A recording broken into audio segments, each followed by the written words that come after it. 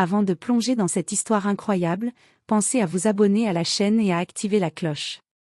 Ici, chaque récit a quelque chose à dire, et vous ne voudrez pas en manquer un seul. Clara vivait dans un village perdu entre collines et forêts, où le temps semblait s'écouler plus lentement que partout ailleurs.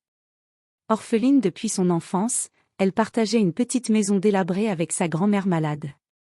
Chaque journée était un combat contre la pauvreté, elle cousait des vêtements pour les habitants du village et se levait avant l'aube pour aller chercher de l'eau à la fontaine.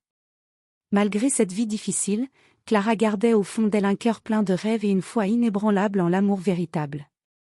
Un soir d'hiver, alors que la neige commençait à recouvrir les chemins boueux, Clara marchait lentement, épuisée après une longue journée de travail. Ses mains étaient gelées, ses pieds tremblaient dans ses chaussures usées. Au détour d'une ruelle sombre, elle aperçut un jeune homme assis sur un vieux banc, ses vêtements en lambeaux, le visage caché sous une capuche. Il tendait la main pour demander quelques pièces aux passants, mais la plupart l'ignoraient ou le repoussaient avec mépris. Clara sentit une étrange compassion. Il ne ressemblait pas aux autres mendiants du village, il y avait dans son regard une douceur, une intelligence, presque une tristesse infinie. Sans réfléchir, elle sortit quelques pièces de sa bourse et les posa dans sa main tremblante.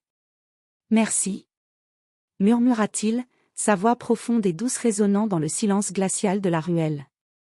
À ce moment, un lien invisible sembla se créer entre eux. Clara ignorait encore que cette rencontre allait bouleverser sa vie. Au fil des jours, ils se croisèrent à nouveau.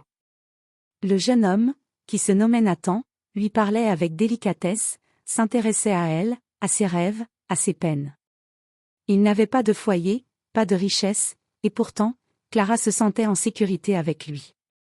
Les villageois murmuraient derrière leurs fenêtres, pourquoi Clara s'intéresse-t-elle à un pauvre mendiant? Mais elle ne les écoutait pas.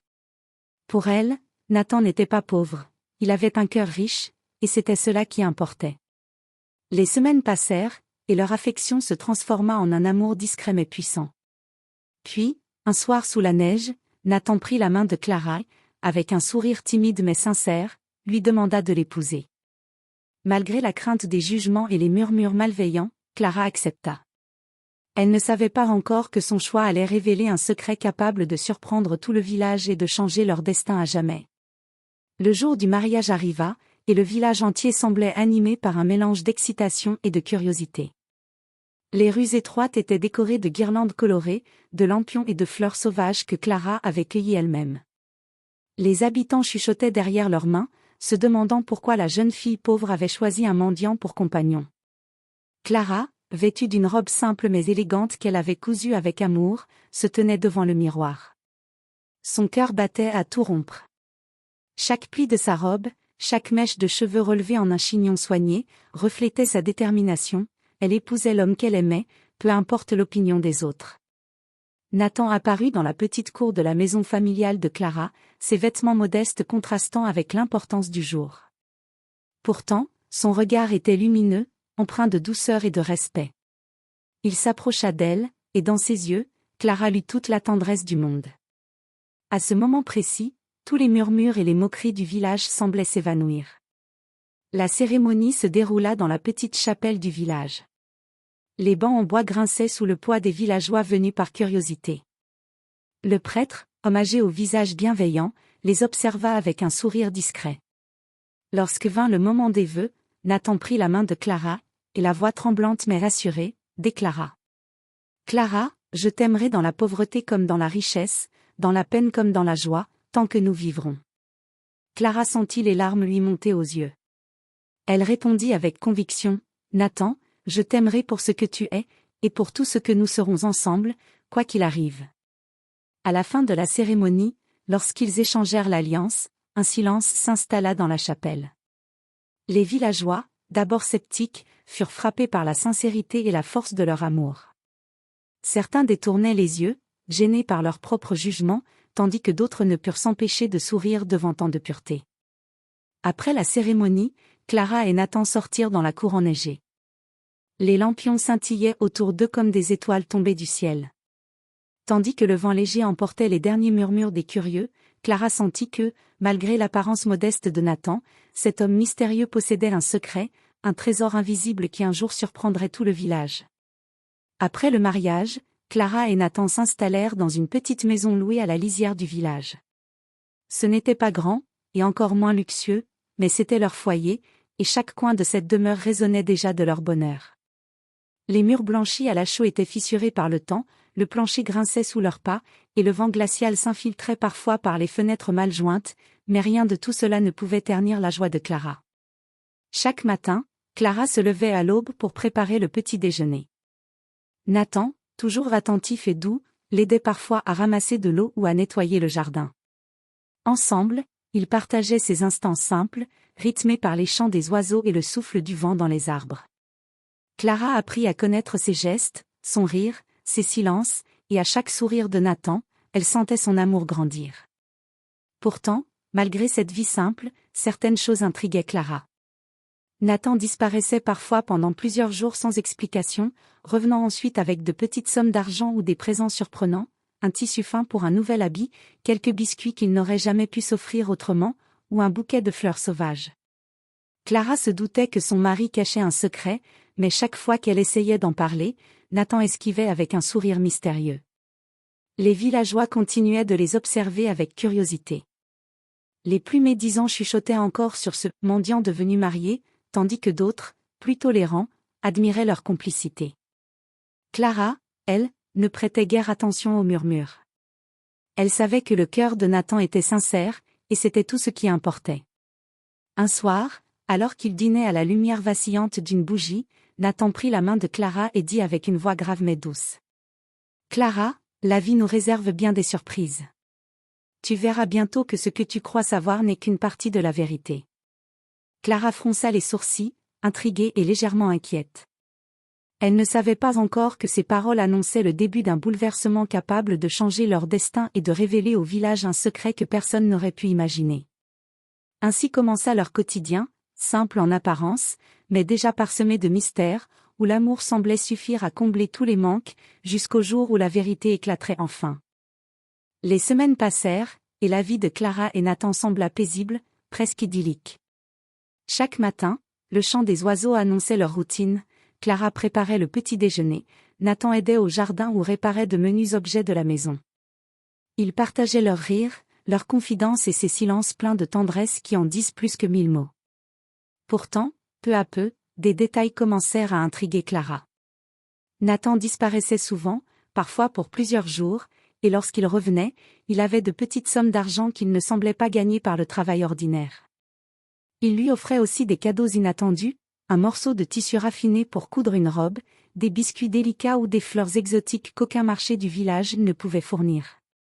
Clara essayait de poser des questions, mais Nathan répondait toujours avec un sourire énigmatique.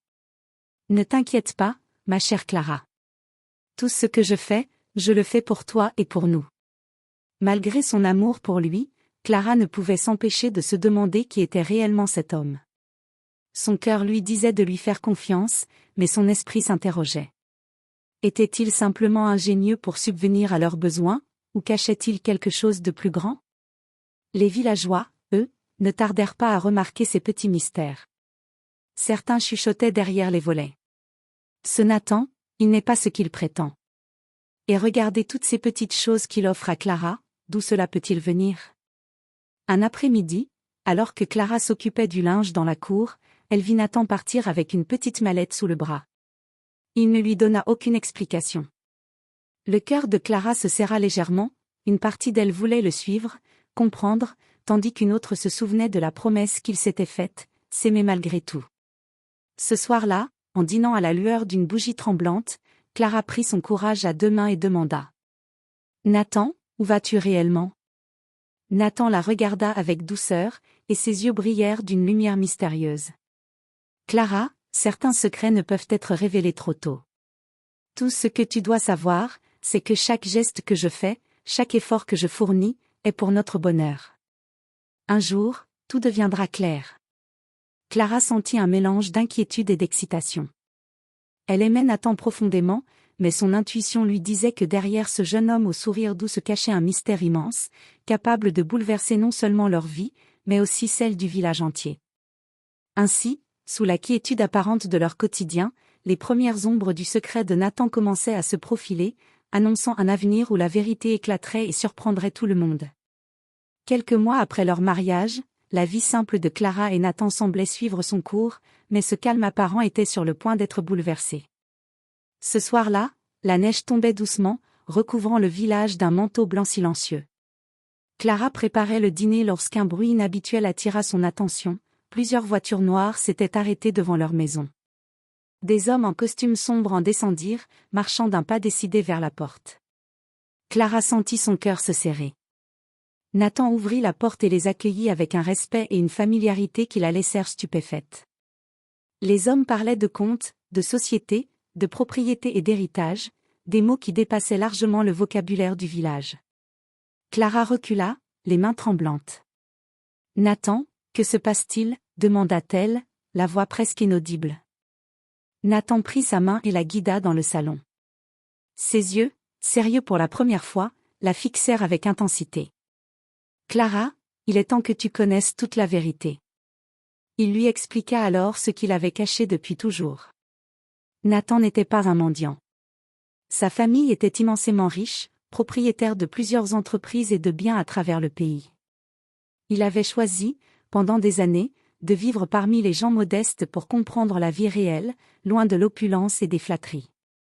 Il voulait trouver quelqu'un qu'il aimerait pour ce qu'il était réellement, et non pour sa fortune. Clara sentit le sol se dérober sous ses pieds. Tout ce qu'elle pensait savoir sur Nathan, chaque geste, chaque sourire, chaque sacrifice apparent, avait été réel, mais il y avait une dimension cachée qu'elle ignorait. Ses émotions se mêlaient, la surprise, l'admiration, l'amour renforcé, et une pointe de colère pour le secret gardé si longtemps. « Pourquoi ne m'as-tu pas dit » demanda-t-elle, la voix tremblante. Nathan sourit doucement.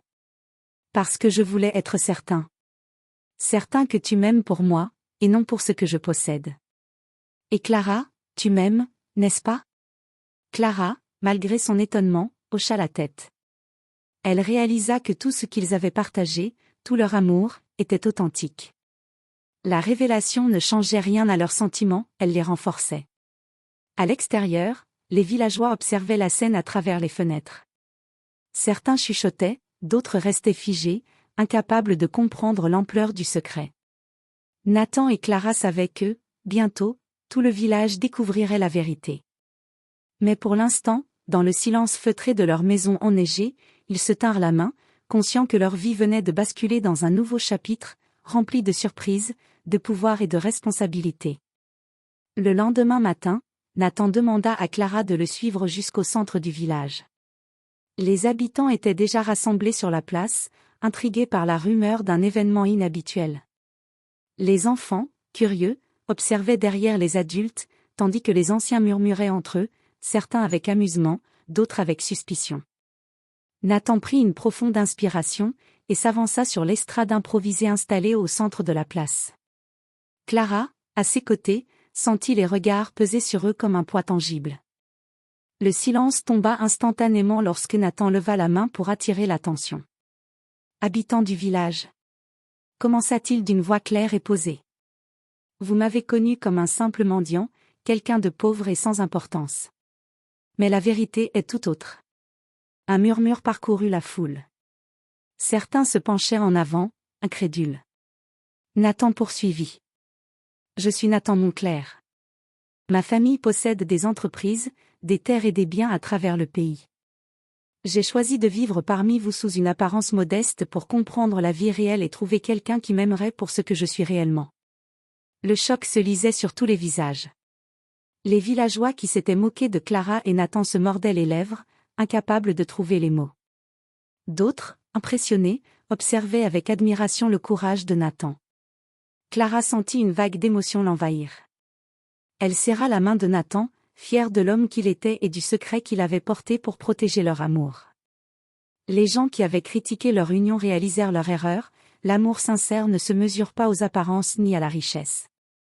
Pour montrer que sa richesse n'était pas un simple privilège, Nathan annonça. « Avec ma famille, nous allons investir dans ce village. Nous améliorerons l'école, le centre médical, et aiderons ceux qui en ont besoin. Clara et moi voulons que ce lieu prospère, tout en restant fidèles à ce que nous aimons, la simplicité et la solidarité. » Les habitants, d'abord sceptiques, commencèrent à applaudir. Certains enfants coururent autour de Clara et Nathan, riant et criant de joie. Les anciens, habituellement critiques, hochèrent la tête avec respect. Le village tout entier ressentit le poids et la grandeur de cette révélation. Le mendiant qu'ils avaient ignoré était en réalité un homme d'exception, et l'amour qu'il partageait avec Clara avait triomphé de tous les préjugés. Clara, les yeux brillants, réalisa que leur vie venait de franchir une nouvelle étape. Elle n'était plus seulement la jeune couturière du village, elle était l'épouse d'un homme exceptionnel, et ensemble, ils avaient le pouvoir de changer non seulement leur destin, mais aussi celui de tous ceux qui les entouraient. Avec la révélation de la richesse de Nathan, la vie du couple changea radicalement. Mais Clara et Nathan décidèrent de ne pas se laisser aveugler par le luxe ou le pouvoir nouvellement acquis. Leur priorité restait le village et les habitants qui les avaient vus grandir dans la simplicité. Les premiers jours furent consacrés à rencontrer les villageois individuellement, écouter leurs besoins, et planifier les améliorations à apporter, réparer l'école, moderniser le centre médical, améliorer les routes et aider les familles les plus démunies. Clara, touchée par la gratitude de chacun, se sentit fière de pouvoir enfin agir concrètement pour ceux qu'elle connaissait depuis toujours. Pourtant, tous n'avaient pas accepté cette nouvelle réalité avec bienveillance. Certains habitants plus jaloux ou méfiants observaient chaque geste de Nathan et Clara avec suspicion. « Pourquoi maintenant ?» murmuraient-ils. « Sont-ils sincères, ou cherchent-ils seulement à se montrer ?» Malgré ces tensions, le couple persista dans ses projets. Nathan utilisait sa fortune avec discernement, tandis que Clara veillait à ce que chaque aide soit distribuée équitablement, sans favoritisme. Leur collaboration renforça leur amour et leur complicité. Un après-midi, alors qu'il supervisait la rénovation de l'école, Clara remarqua un petit groupe d'enfants qui l'observaient timidement. Elle s'agenouilla pour leur parler et leur dit avec douceur. « Vous méritez tous de recevoir une éducation qui vous ouvrira les portes du monde. Nous allons vous aider à rêver grand, mais surtout à croire en vous. » Nathan, à ses côtés, ajouta. « Et nous serons là pour vous soutenir, quoi qu'il arrive. » La réaction des enfants fut immédiate, des sourires éclatants, des éclats de rire et des yeux brillants de gratitude.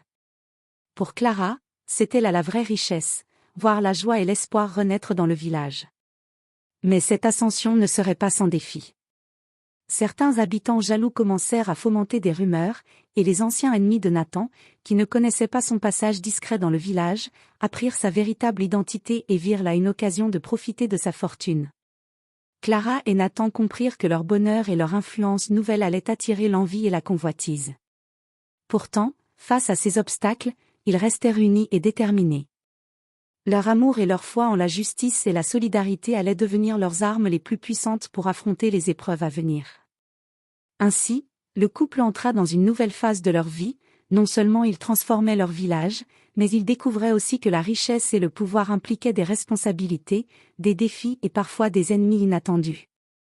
Alors que Nathan et Clara poursuivaient leurs projets pour améliorer le village, des tensions commencèrent à émerger. Certains habitants, jaloux de leur fortune et de leur influence, cherchaient à semer la discorde. Des rumeurs insidieuses circulaient. Ils ne sont pas sincères, leur richesse va les changer, Clara profite de Nathan. Clara, qui jusque-là avait toujours gardé confiance en son mari et en leurs intentions, sentit un poids sur ses épaules.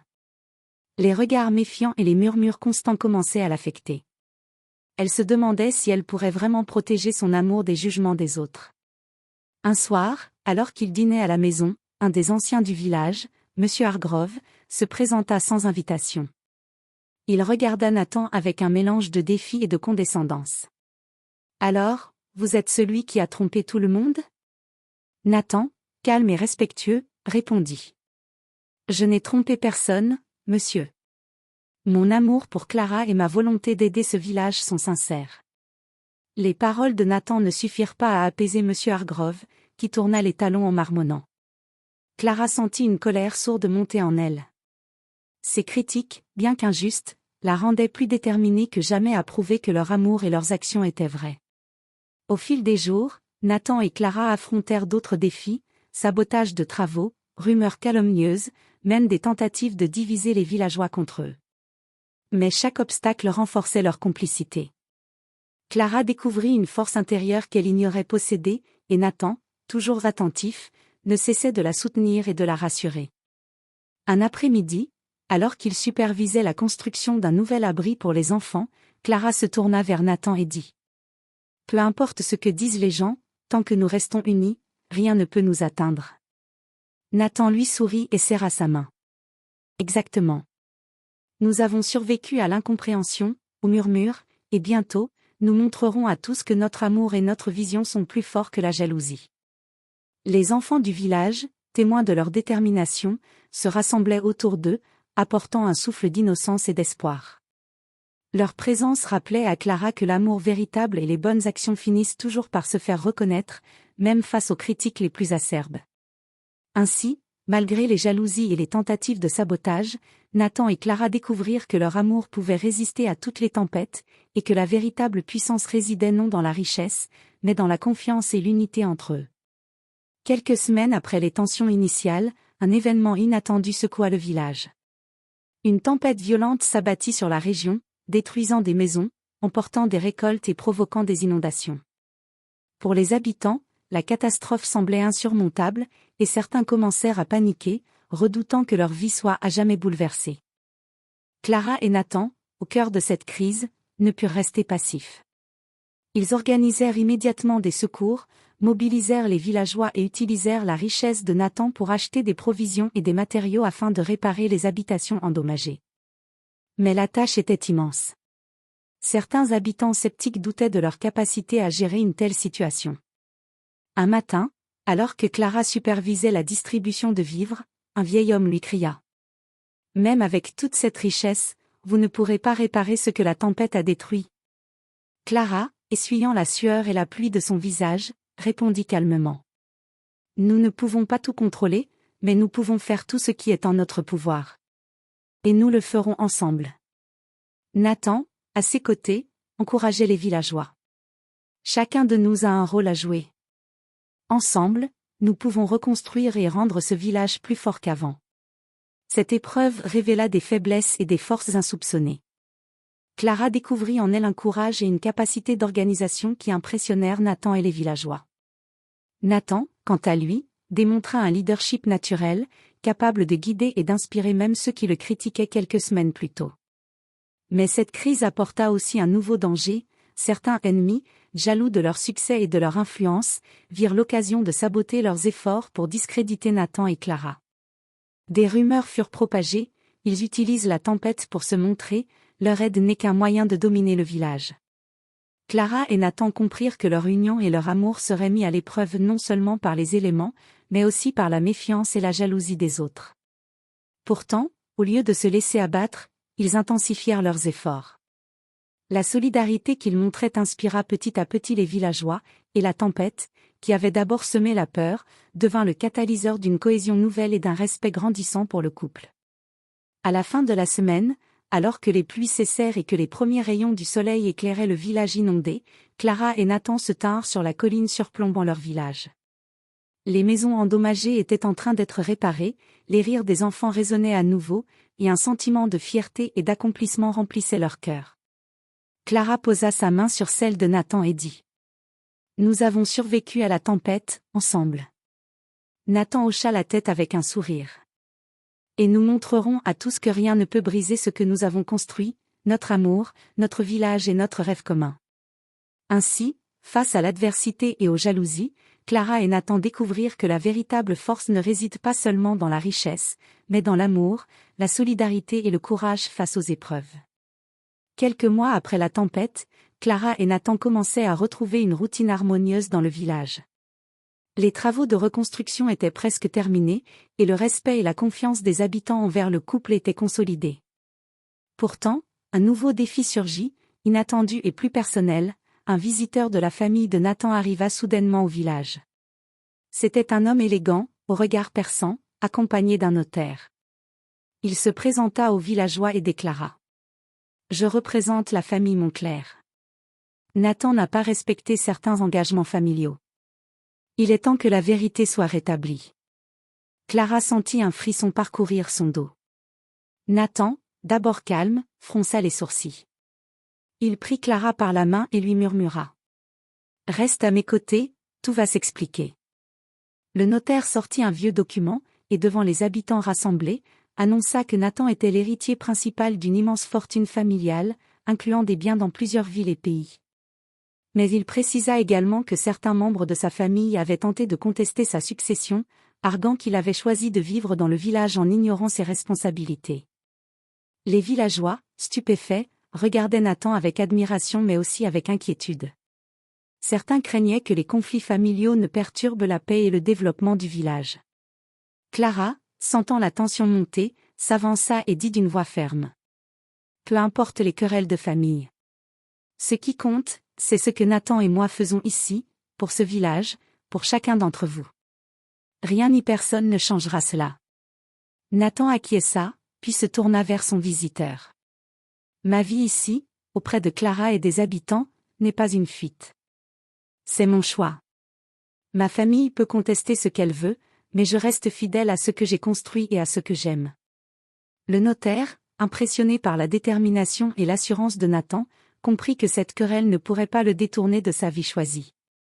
Les habitants, eux, applaudirent Clara et Nathan, reconnaissant la force et l'intégrité de ce couple qui défiait les convenances et les obstacles. Cette confrontation révéla une vérité plus profonde à Clara. Nathan n'était pas seulement un homme riche et mystérieux, mais un homme capable de courage, de loyauté et de dévouement, prêt à protéger ceux qu'il aimait contre tous les dangers. Leur amour, forgé dans la simplicité et l'épreuve, avait résisté à la richesse, aux jalousies, et même aux conflits familiaux. Ce chapitre de leur vie démontra que la vraie puissance réside dans la fidélité à ses choix et dans l'amour partagé, et non dans l'argent ou le pouvoir. Clara et Nathan, plus unis que jamais, se préparèrent à affronter le dernier obstacle qui pourrait menacer leur bonheur, la menace invisible de ceux qui envieraient leur succès et leur influence. L'hiver s'éloignait, laissant place à un printemps éclatant. Le village, transformé par les efforts de Clara et Nathan, respirait la prospérité et l'espoir. Les maisons étaient réparées, les écoles rénovées, et les jardins fleurissaient à nouveau. Les habitants, autrefois sceptiques, regardaient le couple avec respect et admiration. Pourtant, la paix retrouvée n'était pas totale. Certains jaloux, encore animés par l'envie, cherchaient à discréditer Nathan et Clara. Ils répandaient des rumeurs, tentaient de diviser les villageois et espéraient que la fortune de Nathan devienne un obstacle plutôt qu'une aide. Un soir, alors que Clara et Nathan se promenaient dans le village illuminé par des lanternes, Nathan prit la main de Clara et dit : « Peu importe ce que les autres pensent. Nous avons surmonté les tempêtes, les jalousies, les secrets de famille. Ensemble, nous sommes invincibles. » Clara sourit, émue. Tout ce que nous avons traversé, cela valait chaque instant. Et regarde autour de nous, nous avons changé la vie de tant de gens. Le lendemain, lors d'une grande cérémonie sur la place du village, Nathan annonça officiellement la création d'un fonds pour soutenir les familles, l'éducation et la santé. Les habitants, jeunes et vieux, applaudirent avec enthousiasme. Les enfants couraient autour de Clara, riant et chantant, symbole vivant de l'espoir et de la renaissance. Même ceux qui avaient critiqué ou douté d'eux durent reconnaître leur courage et leur générosité. Clara et Nathan avaient non seulement gagné la confiance du village, mais ils avaient également prouvé que l'amour sincère et la fidélité à ses valeurs pouvaient triompher de toutes les adversités, qu'elles viennent de la pauvreté, de la jalousie ou de la richesse elle-même. Ce jour-là, Clara réalisa que son choix de suivre son cœur avait changé sa vie de manière irréversible. Nathan n'était pas seulement son mari, il était son partenaire, son ami, et le symbole vivant qu'un amour véritable pouvait transformer le monde. Alors que le soleil se couchait derrière les collines, illuminant le village de ses teintes dorées, Clara et Nathan se tinrent main dans la main, contemplant leur œuvre et leur avenir. Ils savaient que les épreuves qu'ils avaient traversées les avaient rendus plus forts, et que leur amour, pur et sincère, serait désormais une légende pour tous ceux qui viendraient après eux. Le village, autrefois sceptique et méfiant, devenait un lieu où la solidarité, la confiance et l'amour triomphaient de tous les obstacles. Et au cœur de ce miracle, Clara et Nathan brillaient, unis à jamais par un lien que ni la fortune, ni le jugement des autres, ni les tempêtes de la vie ne pouvaient briser.